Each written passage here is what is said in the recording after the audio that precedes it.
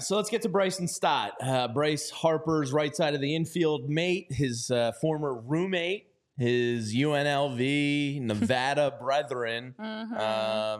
So let's get to Bryson Stott. I'll kick it off. We'll follow in order again. Bryson Stott, I'm giving a C. I think it was a fairly big regression for Bryson Stott. There's his numbers up from Tyler. 148 games played, 245, 315, 356. OPS plus was only an 89. Not great. 11 home runs, 57 RBIs, 31 extra base hits, 32 stolen bases, which is great. And, of course, an NL Gold Glove finalist.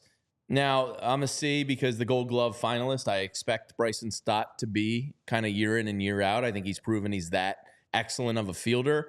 So that stayed the same, more or less, and I just kind of expect that for him.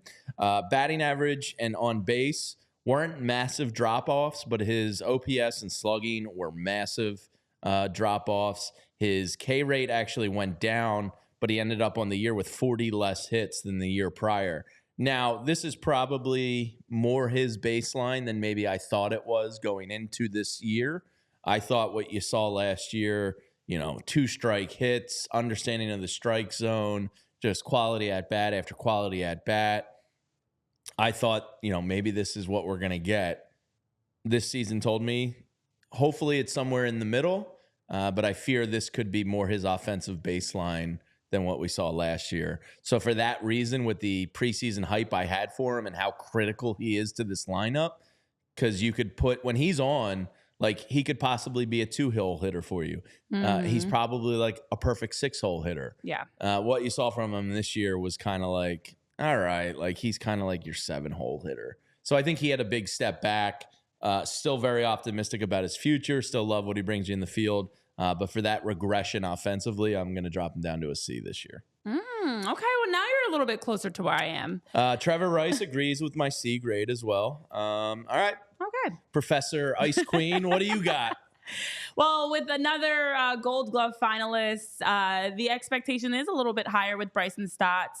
At 27 years old, we've been seeing and following, what the last 2 seasons looked like for him, how he progressed into this season. I know you touched on some of the numbers. The ones to me that gave him his grade were the fact that in those 160 at-bats that had a fastball of 93 miles per hour or harder for him to hit 200 this season, where last season he hit 319 in that sample size. And then also for his batting average to drop from last season, which was a 280 to a 245 this season. He did take a step back offensively, although he was solid defensively. And there were some great plays that I can think of that he made at second base. His fielding, which is what led him to be a Gold Glove finalist alongside Bryson, Zach, and Marsh. He was also 13th in stolen bases across Major League Baseball for the regular season. So did a lot of little things, but we've been keeping an eye on how Bryson Stott's going to progress. He's one of those young talents in the daycare that you're hoping can take that next step to be a bigger contributor offensively. And I think defensively, he did exactly what was expected. But offensively, for his numbers for the season, as you read those stats of what his splits are, you look at the postseason specifically, his batting average at a 182 in the postseason with a 308, 364, 671 OPS for his splits, and gave you 2 hits in his 11 at-bats. I give Bryson Stott a C-. I thought because of his defensive side, his stolen bags, that actually helped raise his grade because I didn't realize, and I felt like he had taken strides offensively, but when I looked at the numbers and took a big picture view at everything, it was a regression offensively for him. And I know it was talked about, he struggled with high-velocity pitches. He definitely struggled with his discipline at the plate. He's one that they want to be better at finding the gaps, hitting across the field, and being better at just having more composure in his at-bats. And I just feel like Bryson Stott, you're not baby Stott anymore. Like, at this point of your career, we have more expectations for you. Yeah, needs to step up. And I do think a C- is he was knocking on the door for a D+. But again, the honeymoon the defensive period was over with Bryson Stott. This was a big year for him. We have more expectations for him. So thankfully, the stolen bases and defense helped his grade because offensively, this was not a good season for Bryson Stott. All right, we got a C and a C-. Tyler, where are you, your beloved Bryson Stott? Yeah, he disappointed me greatly this year. This was probably the guy that I would have chosen to have the regression hurt the most for me. Yeah, same. Because I've talked very extensively about my appreciation for Bryson Stott. But Renee, you brought it up. The inability to catch up to fastballs this year was detrimental. I'll even take it a step further. You can take out the velocity of the fastballs and just talk fastballs in general. Last year, he hit 304 against fastballs, especially those in the zone.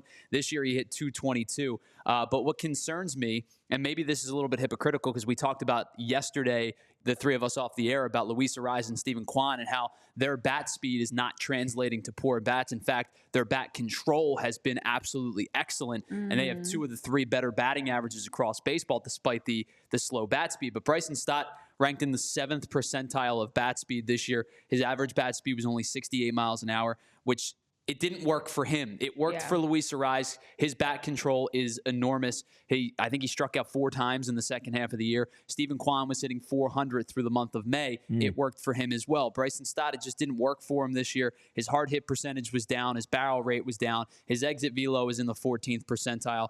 The one thing with Stott is he doesn't swing and miss a lot. His whiff rates are good. His chase rates are fairly solid. He doesn't strike out a lot. But the bat on ball that was finding soft spots last year, the bat on ball that was line drive, back up the middle, the bat on ball type of stuff that worked well for him last year, and why he hit 280 and why I felt like he was poised to maybe take another jump, just never really materialized this year. I think offensively it was a really big regression year from somebody I expected a kind of similar. And you brought up him being potentially a 5 or a 6 hole hitter, Jamie. To me, he fits best when he's at his best as a 2-hole hitter. Yeah. Now, you're not going to do it because you have a lefty in the leadoff spot and a lefty in the 3. You possibly could but if I he's think on. Yeah. his archetype type player is a 2-hole hitter, but you can't do that when you're hitting 234 and your OBP is only 295. It was a really rough regression offensive year for Bryson Stott this year. He had a -9 run value on 4-seam fastballs this year. Last year he was at a -2, so he was living with the fastball, because we talked about it his first year. Pitchers were taking him up in the zone. He was obliging. He was not getting good contact on high fastball. The same thing happened this year.